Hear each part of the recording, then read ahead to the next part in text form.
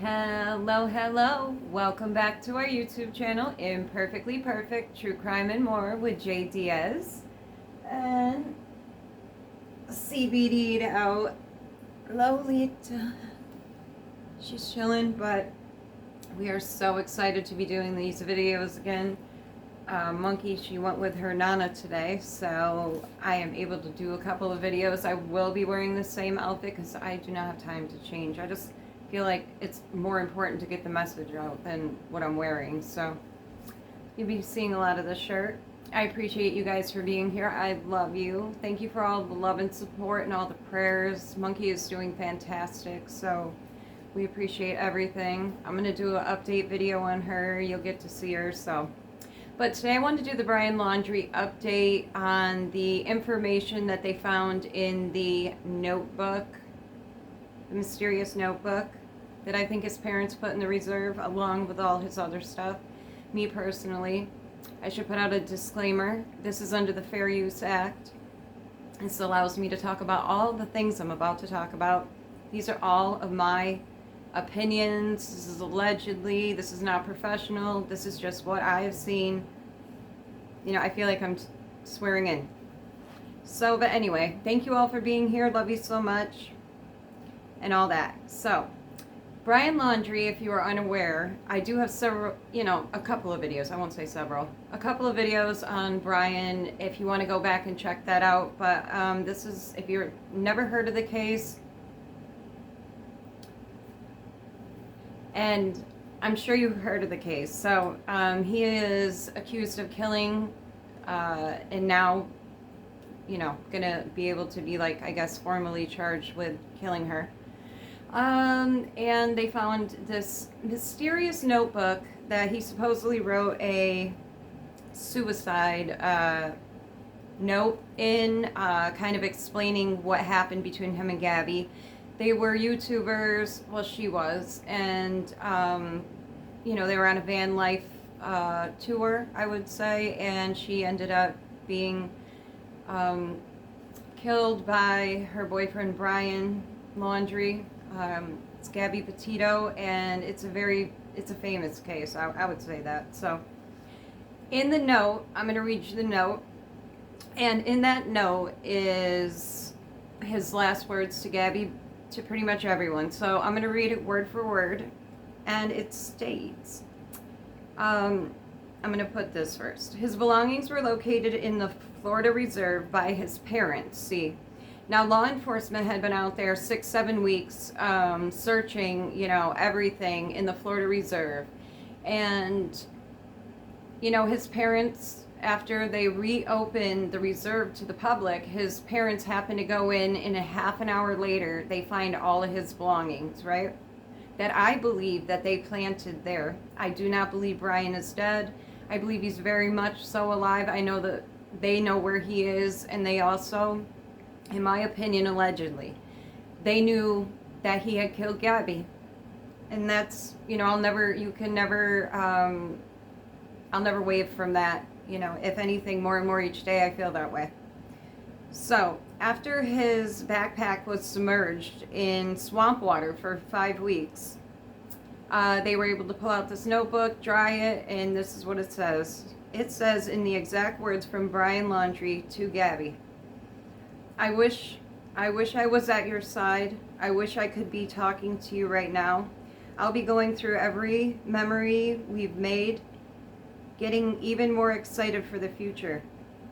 I can't live without you. I've lost everything we could have spent together every holiday. I'll never get to play with, and then it says, unintelligible, again, never go hiking with TJ. Loved you more than anything. I can't bear to look at our photos to recall great times, because why? I can't go on.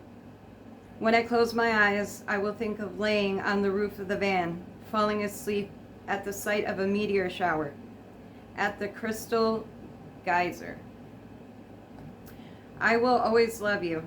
If you are reading Gab's journal, looking at the photos from our life together, flipping through our cards, you would not want to live any day without her, knowing that every day you'll wake up without her. You wouldn't want to wake up? I'm sorry to everyone this will affect. GaBBy was the love of my life, but I know adored by many. I'm so very sorry to her family because I love them and I consider her younger siblings my best friends. I'm sorry to my family. This is a shock to them as well as a terrible grief. They loved as much, if not more than me, a new daughter to my mother and an aunt to my nephews. Please do not make this harder for them. This occurred as an unexpected tragedy, rushing back to our car, trying to cross the streams of Spread Creek before it got too dark to see, too cold. I hear a splash and a scream. I could barely see. I couldn't find her for a moment. Shouted her name. I found her breathing heavily, gasping my name. She was freezing cold. We just came from blazing hot national parks in Utah. The temperature had dropped to freezing.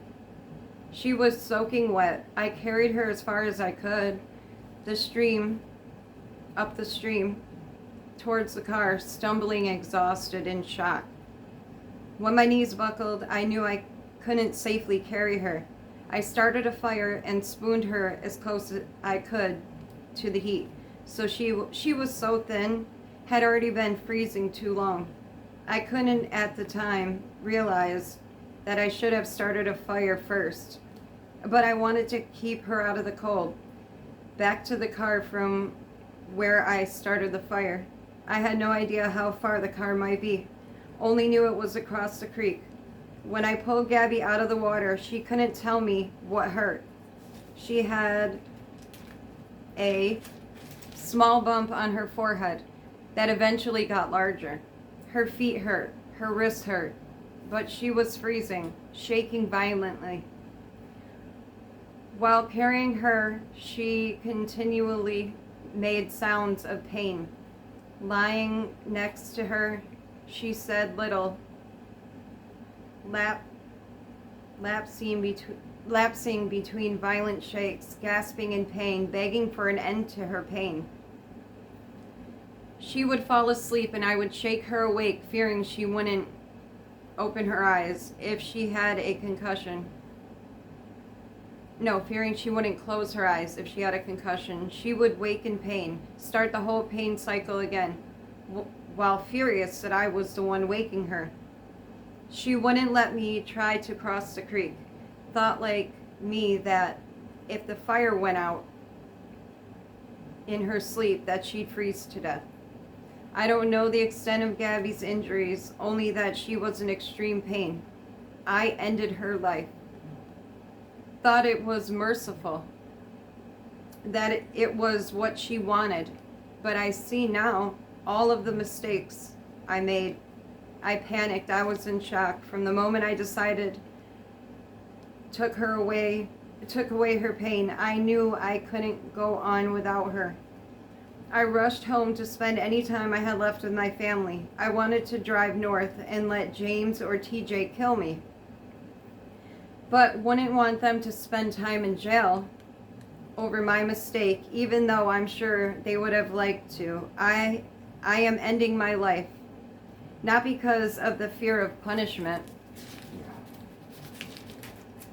but rather because I can't stand to live another day without her. I've lost our whole future together, every moment we could have cherished. I'm sorry for everyone's loss. Please don't be mad. Please don't make life harder for my family. They lost a son and a daughter. The most wonderful girl in the world. GaBBy, I'm sorry. I have killed myself by this creek in hopes that animals will tear me apart. That it may make some of her family happy. Please pick up all my things. GaBBy hated people who littered. And that was his suicide note and apology letter in its entirety. That's what he left behind. He was still trying to place, now this is me talking, he was still trying to place GaBBy's death on GaBBy. He took zero responsibility for killing her at the end of the day. I have so many questions. How come BRiaN LAunDriE did not go get help for GaBBy? Okay. Since he clearly stated he could have.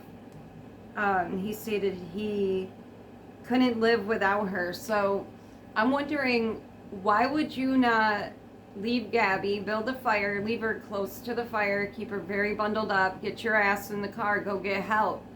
Because now you're just freezing out here together. That looks ridiculous. That sounds crazy too. And you knew the car was nearby. So many questions. I'm not even trying to hear that. And then he's still blaming her death on her. He didn't take responsibility. He didn't say, you know, nobody knows what happened. What the hell kind of note is that? I never heard of that. And you're supposedly dead. So why not just say what happened?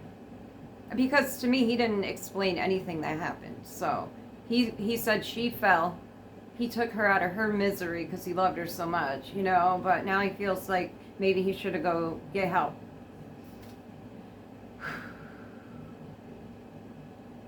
That's ridiculous. That's the most ridiculous thing I've ever heard. And now his, yes, I'm about to read that right now. So, also GaBBy couldn't speak or really communicate due to her injuries. Then how did she ask him to take her life? Take her out of her misery? In my opinion, that's not possible, but Stephen Bertolini, the lawyer for the LAunDriEs, Roberta and the dad, can't even think of his name. Isn't that terrible? Chris? Yes, I believe Christopher.